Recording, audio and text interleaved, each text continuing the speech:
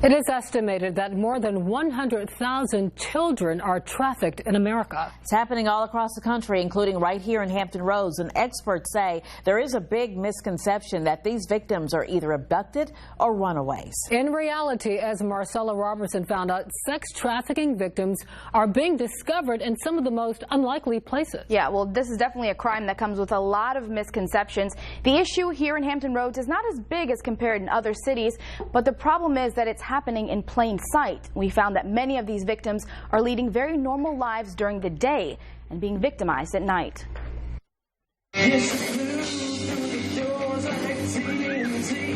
It happens in public places, in malls, at bus stops, coffee shops. They're targeting our youth. And especially on social media. There are sex traffickers out there all day long, trolling through Facebook, looking for anything like that. Predators looking for their next victim.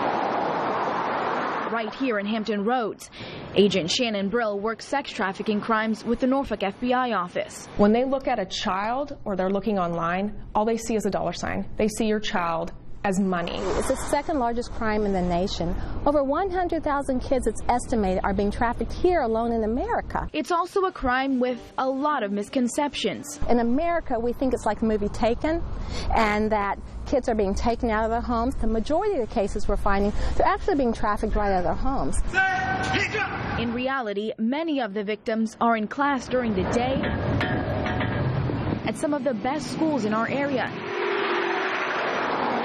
and being forced to work at local hotels and motels at night. Families as well as teachers have no idea what's going on because they're still going to school, they're still, coming home, but they're also having this other life. Chandra Moyer is the founder of Release Me International. She works to prevent sex trafficking. There is that kind of stereotype that, well, our school's not like that. We're middle class, upper middle class.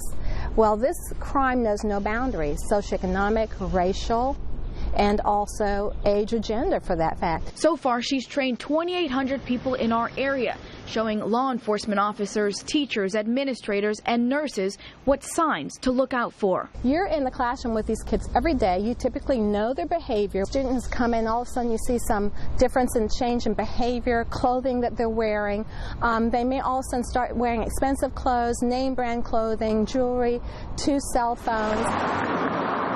With her training, school officials have been able to identify nearly 10 potential victims right here in Hampton Roads. Because this is a crime hidden in plain sight, most people think it's not an issue.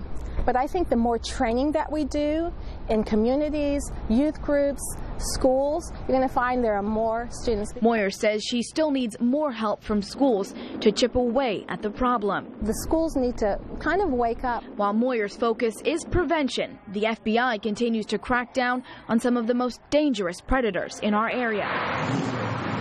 We have to pay attention to this problem, or we are going to have a huge problem. Together, they hope they can create enough awareness that may one day save your child's life. Now, Release Me International is really pushing hard to get into schools here in Hampton Roads. So far, the organization has done training in Chesapeake and Suffolk schools, and they're hoping eventually their training will become part of everyone's curriculum. Now, we have more on what signs to look for and a link to different victim service organizations on our website at 13newsnow.com. Marcella Robertson, 13 News Now.